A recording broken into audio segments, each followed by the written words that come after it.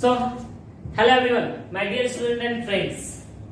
Today, we are going to solve the third problem in costing. The topic is cost sheet.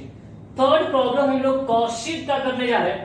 First and second हमने किया है, आज third problem करेंगे.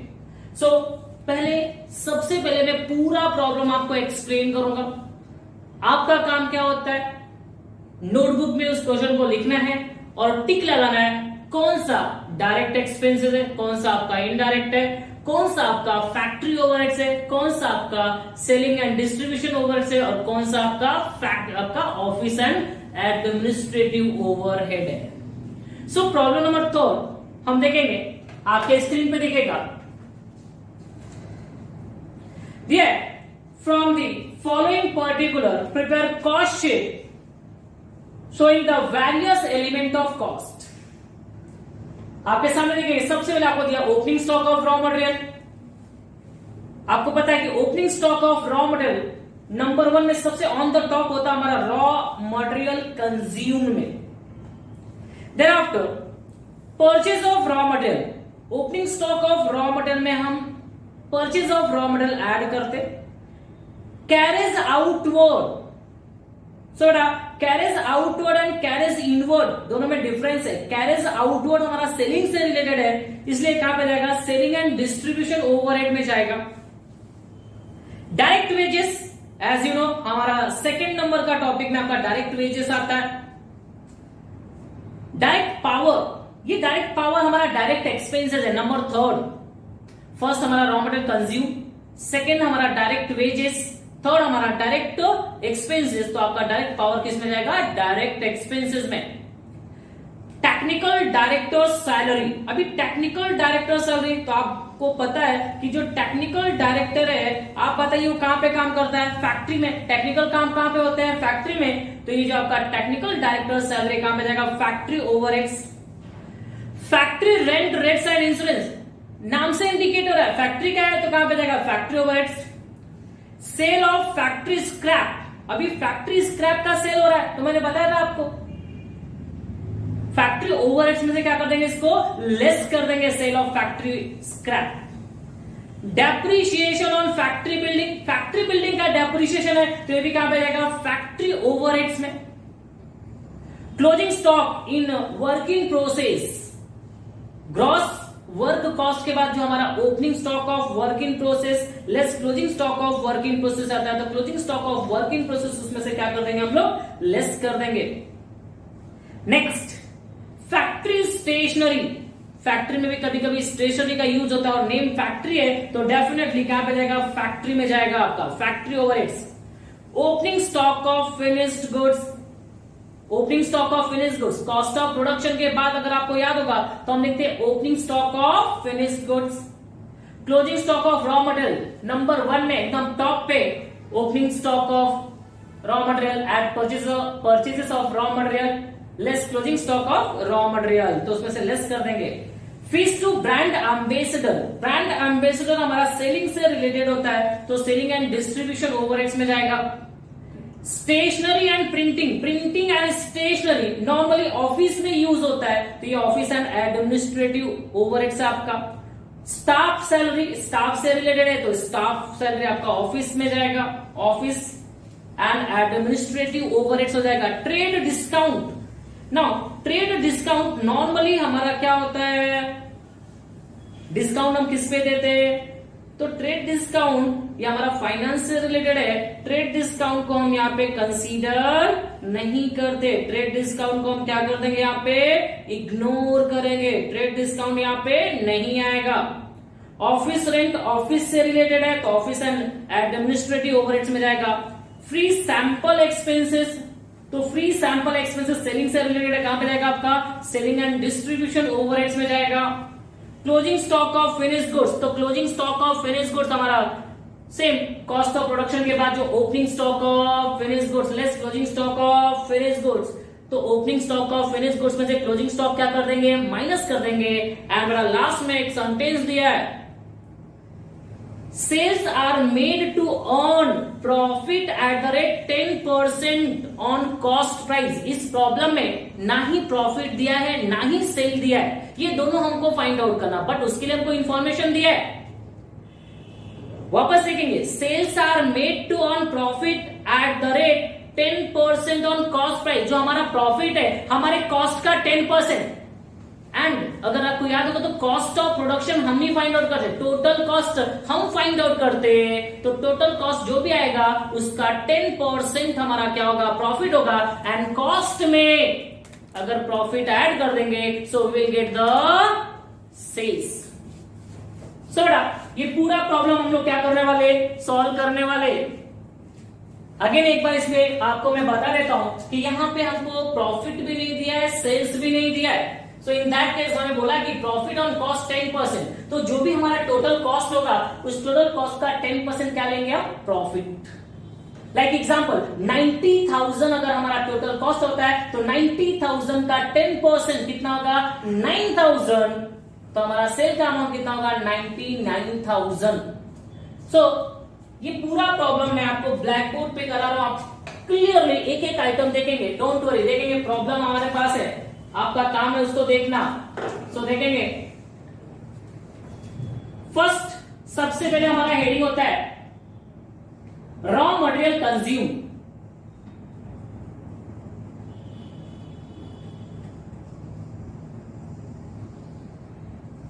Raw material consume में first होता है हमारा opening stock of raw material. Opening stock of raw material, ये मैंने आपके प्रॉब्लम में सबसे पहले ऑन द टॉप आपको रॉ मटेरियल दिया opening stock, that is 1,10,000। Opening stock में बेटा हम क्या करते हैं, परचेज ऐड कर देते हैं, तो add purchase of raw material, आप फुल फॉर्म लिखेंगे purchase of raw material, that is 8,25,000। 8,25,000। उसके बाद अगर परचेज में कोई भी एक्सपेंसेस होता है तो हम यहाँ पे क्या करते हैं, ऐड करते हैं। यहाँ पे कोई भी एक्सपेंसेस नहीं है तो इसको टोटल कर देंगे, आएगा आपका 9,35,000। नाउ 9,35,000 में opening stock of raw material add purchases of raw material less closing stock of raw material, less closing stock of raw material. जो क्लोजिंग स्टॉक होगा उसमें से क्या कर देंगे, माइनस कर देंगे, तो देखेंगे आपको वहां पे दिया हुआ है नीचे closing stock of raw material, आपका फिनिश गुड्स के नीचे दिया है, दैट अमाउंट इज 36,920, 36,920 माइनस कर देंगे, सो आपका लेस करने पे आएगा 8,98,080, 8,98,080। ये हमारा रॉ मटेरियल कंज्यूम मिल गया। रॉ मटेरियल कंज्यूम के बाद हमारा सेकेंड होता है डायरेक्ट लेबर और direct wages. Direct wages and direct wages आपके प्रॉब्लम में गिवन है, आप देखेंगे वहां पे दिया था आपका direct wages, that is 4,21,400, 4,21,400, 4,21,400 second direct wages. Third होता है हमारा डायरेक्ट एक्सपेंसेस। इस प्रॉब्लम में आपको दिया था direct expenses, that is direct power, direct expenses, मैंने पावर लिखा था वहां पे, तो direct expenses that is direct power आपका हो जाएगा, एंड दैट इज 25,840, 25,840। ना बेटा मैंने आपको बताया था ये तीनों raw material consume, direct labour and direct expenses को ऐड करेंगे, so we will get the prime cost. तो आपको क्या मिल जाएगा, prime cost.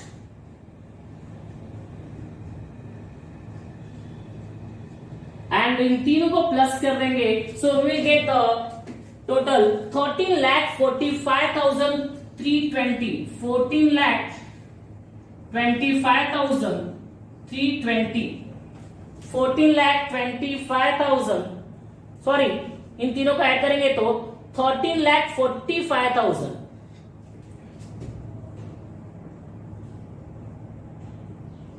13,25,000, 13,45,320, 45,320, 13,45,320. Now, after getting the prime cost, इसमें हम ऐड करते हैं फैक्ट्री ओवरहेड. तो हमारा जो फोर्थ स्टेप है, add factory overhead. Now factory overhead में फैक्ट्री से रिलेटेड हमारे जितने भी एक्सपेंसेस है वो ऐड करेंगे हम लोग. तो फैक्ट्री से रिलेटेड हमारे एक्सपेंसेस में आप देखेंगे first one technical director salary. Technical director salary. Technical director salary आपका अमाउंट है वहां पे 40,590. आफ्टर टेक्निकल डायरेक्टर सैलरी हम देखेंगे, अगर आपने प्रॉब्लम लिख के रखा रहेगा तो देखो आपके पास रहेगा factory rent rates and insurance. Factory rent rates and insurance. Factory rent, rates and insurance, and that amount is 10,140. 10,140. Thereafter, आप देखेंगे उसके बाद depreciation on factory building, depreciation on factory building, and depreciation का अमाउंट आप देखेंगे आपको दिया हुआ है 75,200, 75,200. आफ्टर और देखेंगे तो फैक्ट्री स्टेशनरी यहां पे था, फैक्ट्री स्टेशनरी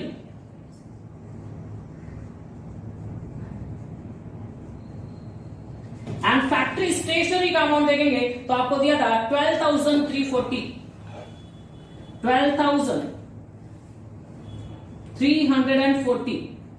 नाउ ये चार आइटम आपके फैक्ट्री ओवरहेड से रिलेटेड थे. फाइंड आउट करेंगे उसमें से, लिख दिया आपने, टोटल करेंगे इसमें. और फैक्ट्री ओवरहेड्स में से मैंने बताया था सेल ऑफ स्क्रैप लेस करना. फैक्ट्री के जो भी आपके स्क्रैप रहेंगे तो इनको टोटल करेंगे तो आएगा 1,38,000, 1,38,270 लेस सेल ऑफ स्क्रैप. इसमें से हम स्क्रैप क्या कर देंगे, सेल करेंगे. देखिए स्क्रैप का amount 1,460, sale of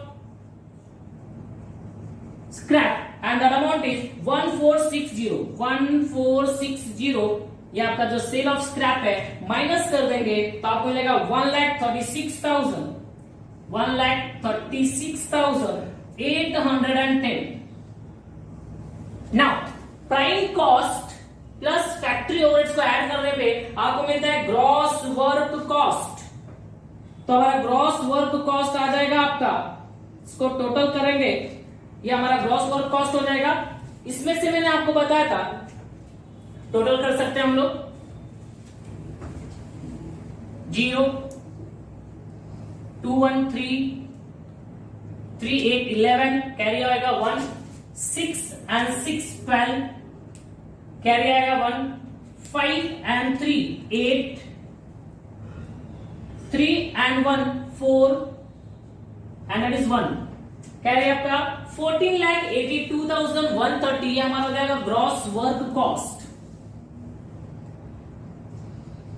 gross work cost. ना ग्रॉस वर्क कॉस्ट में से हम लेस करते हैं opening stock of work in process and closing stock of work in process. But बेटा आप देखेंगे पूरे प्रॉब्लम में कहीं पे भी opening stock of work in process नहीं था. ओनली प्रॉब्लम में देखो अच्छे से तो सिर्फ closing stock of work in process दिया है. तो हम लोग भी यहां से लेस करेंगे, less closing stock of work in process.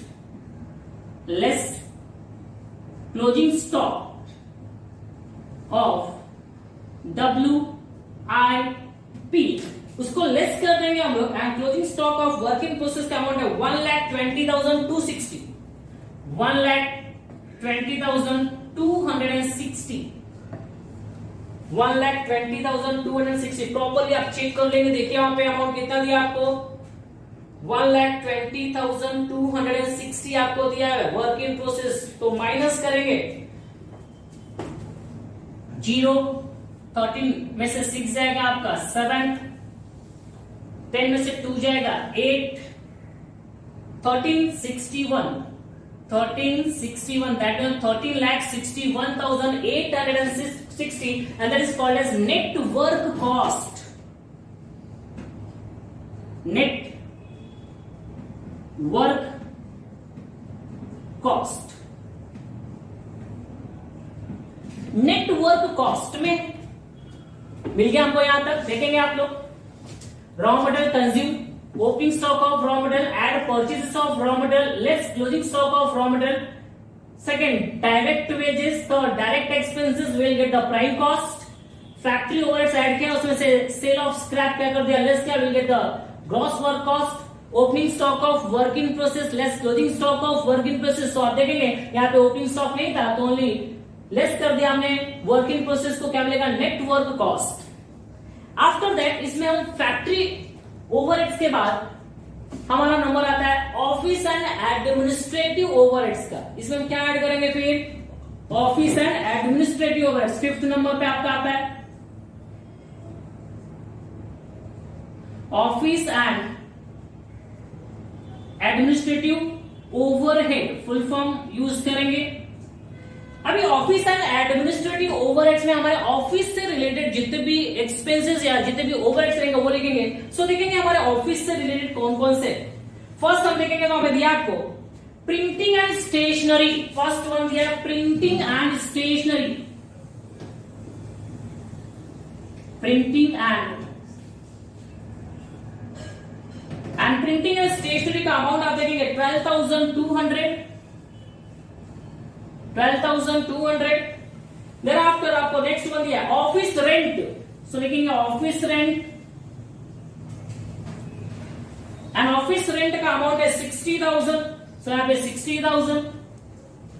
Office rent के बाद आपका दिया है स्टाफ सैलरी।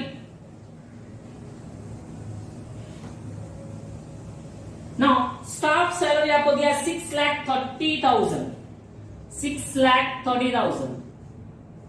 ये टोटल कर देंगे तो हमारा ऑफिस एंड एडमिनिस्ट्रेटिव ओवरहेड्स आपका टोटल हो जाएगा 6,90,000, 7,02,200, 7,02,200, 7,02,200 को अगर हम ऐड कर देंगे so we will get the 20,64,000, 20,64,070। ये दिख रहा है आप लोगों को?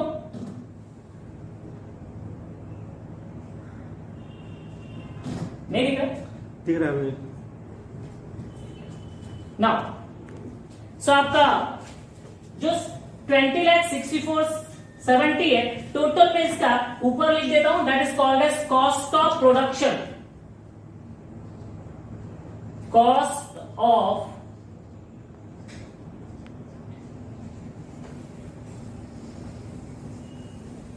Of production, and cost of production का अमाउंट जो हमने टोटल किया था दैट इज 20,64,070। ये आपका था कॉस्ट ऑफ प्रोडक्शन। अगेन मैं यहां पे लिख सकता हूं cost of production. Now cost of production आपका आ गया, यहां पे लिख दिया हमने, यहां पे 20,64,70।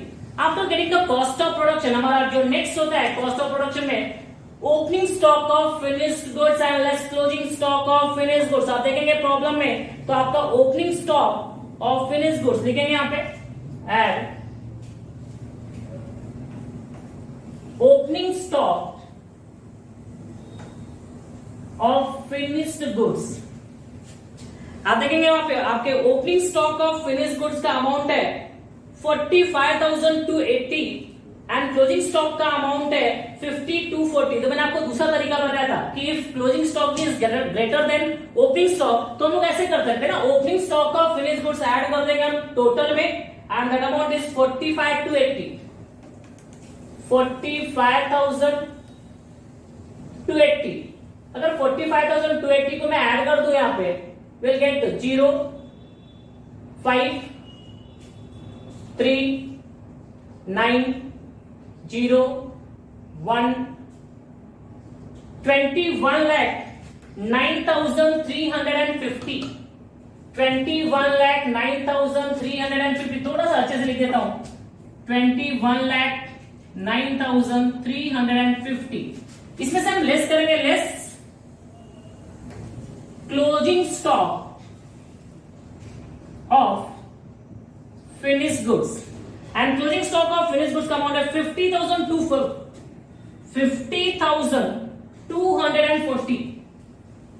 50,240 लेस कर देंगे विल गेट 20,59,110 20,59,110 दैट इज ये हमारा हो जाएगा cost of goods sold, cost of goods sold will get the cost of goods sold. बेटा वापस देखेंगे कॉस्ट ऑफ प्रोडक्शन के बाद add opening stock of finished goods less closing stock of finished goods. एक इजी वे है, इसी में total करेंगे, यहाँ पे प्लस माइनस करने से अच्छा है यहाँ पे भी कर सकते, कोई प्रॉब्लम नहीं है आपको। Now cost of goods sold के बाद ऐड करते हैं हम लोग selling and distribution overhead.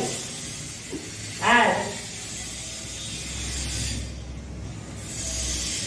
Selling and distribution overhead. यहां पे हमको क्या करना है, सेल्स से रिलेटेड हमारे जितने भी ओवरहेड रहेंगे, जितने भी एक्सपेंसेस है यहां पे हमको लिखना है। फॉर एग्जांपल देखेंगे वहां पे सेल्स से रिलेटेड आपके कौन से, फर्स्ट वन दिया था आपको कैरेज आउटवर्ड।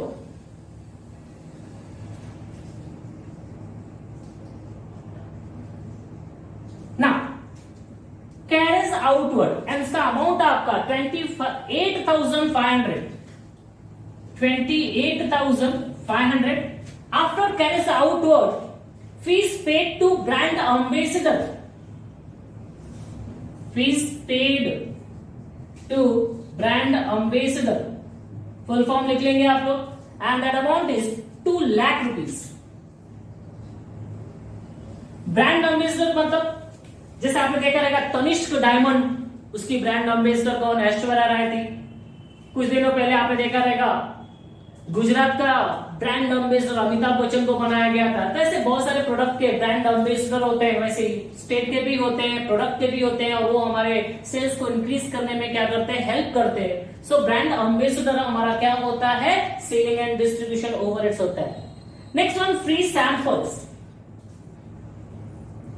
फ्री सैंपल्स जो भी आपका फ्री सैंपल, जब हम मार्केट में न्यू प्रोडक्ट को लॉन्च करते हैं तो फ्री में गुड्स को क्या करना पड़ता है, डिस्ट्रीब्यूट करना पड़ता है, जिसका अमाउंट है 20,320 20,320 ये तीन हमारे सेलिंग एंड डिस्ट्रीब्यूशन के एक्सपेंसेस है। तीनों को ऐड कर देंगे will get 2,40,000 2,48,820 2,48,820। Now cost of goods sold में सेलिंग एंड डिस्ट्रीब्यूशन ओवरहेड्स को ऐड करेंगे तो आपको मिलता है total cost and that amount is 23,07,930। That is total cost. ना आपके प्रॉब्लम में यहां तक दिया है। प्रॉब्लम खत्म करने के बाद एक ट्रेड डिस्काउंट था जो हमने कंसीडर नहीं किया, for your kind information trade discount को हमने कंसीडर नहीं किया बिकॉज वो कॉस्ट शीट में नहीं आता है, वो फाइनेंशियल आपका एक्सपेंसेस है। नाउ इतना होने के बाद आपको लास्ट में प्रॉब्लम में दिया था कि profit is calculated at 10% on cost. Concentrate कीजिए ऑन कॉस्ट, ये कॉस्ट है हमारा, कॉस्ट पे 10% आपको प्रॉफिट बोला गया है, क्लियरली वहां पे मेंशन किया है sales are made to earn profit at the rate 10% on cost price. तो हमारा कॉस्ट प्राइस ये है। कॉस्ट में जब हम प्रॉफिट ऐड करते हैं,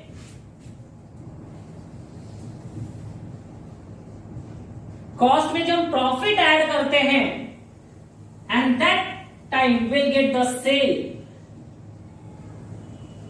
उस समय हमको क्या मिलता है, सेल्स मिलता है। तो ना हमको सेल्स दिया हुआ है ना हमको प्रॉफिट दिया है, बट प्रॉब्लम में क्लियरली मेंशन किया है कि 10% profit on cost, 10% on cost.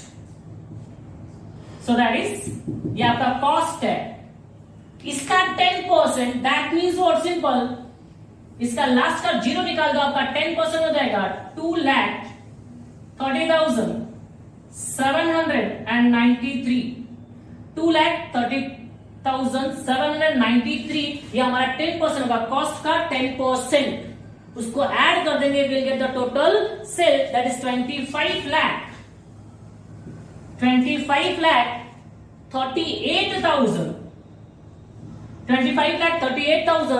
723 ये हमारा सेल मिल जाएगा। वापस देखेंगे, अभी तक इसके पहले हमने दो प्रॉब्लम जो किया था, दोनों प्रॉब्लम में प्रॉफिट हमारा बैलेंसिंग फिगर मिला था, बट यहां पे सिंपल हमको प्रॉफिट भी नहीं सेल्स भी नहीं दिया है, तो हमने सेल्स फाइंड आउट कर लिया बिकॉज यहां पे बोला था कि प्रॉफिट इज 10% ऑन कॉस्ट, तो ये हमारा कॉस्ट प्रॉफिट सेल ऐसे फाइंड आउट कर सकते हैं। आगे भी हम ऐसे ही करेंगे। अगर सेल पे दिया होता तो पहले हमको क्या फाइंड आउट करना पड़ता, सेल्स फाइंड आउट करना पड़ता। अगर ऐसा दिया होता कि 10% profit on sale, 10% profit on sale, तो ऐसे केस में हम क्या करते, आगे के प्रॉब्लम में भी आ सकता है 10% प्रॉफिट ऑन सेल, बट हमारे पास सेल नहीं था, तो ऐसे केस में हम सेल को क्या करते हैं, एज्यूम करते हैं 100%। 100% का प्रॉफिट कितना, 10%। अभी हमने क्या किया, इसका 10% निकाला। नाउ सेल पे बोलेगा तो क्या करेंगे, सेल को 100% एज्यूम करना है, प्रॉफिट कितना उसका 10%, तो आपका कॉस्ट कितना हो जाएगा 90 प्लस 10 इक्वल्स टू 100। तो आपको वहां पे क्रॉस मल्टीप्लीकेशन करना पड़ेगा, हमको ऐसा करते थे हम लोग 23,7,930 equals to 90%, so 90%, so 100% equals to what, आप करके देखना कैलसी से, आपका उतना ही आएगा, दैट इज 25,38,723। मैंने दोनों बता दिया, कॉस्ट पे दिया है तो सबसे इजी, कॉस्ट का 10% निकाला, ऐड कर दिया। सेल्स पे दिया रहेगा तो हमको एज्यूम करना पड़ेगा इसको 100%, प्रॉफिट कितना 100 का 10%, तो आपका sales minus profit equals to cost.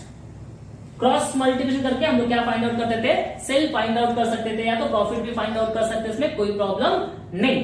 तो मे बी ये प्रॉब्लम आपको फॉर प्रैक्टिस है, कराया है, आपको समझ में आना चाहिए। उसके बाद जो भी डाउट है लाइव सेशन में आप क्या कर सकते हैं, क्लियर कर सकते हैं।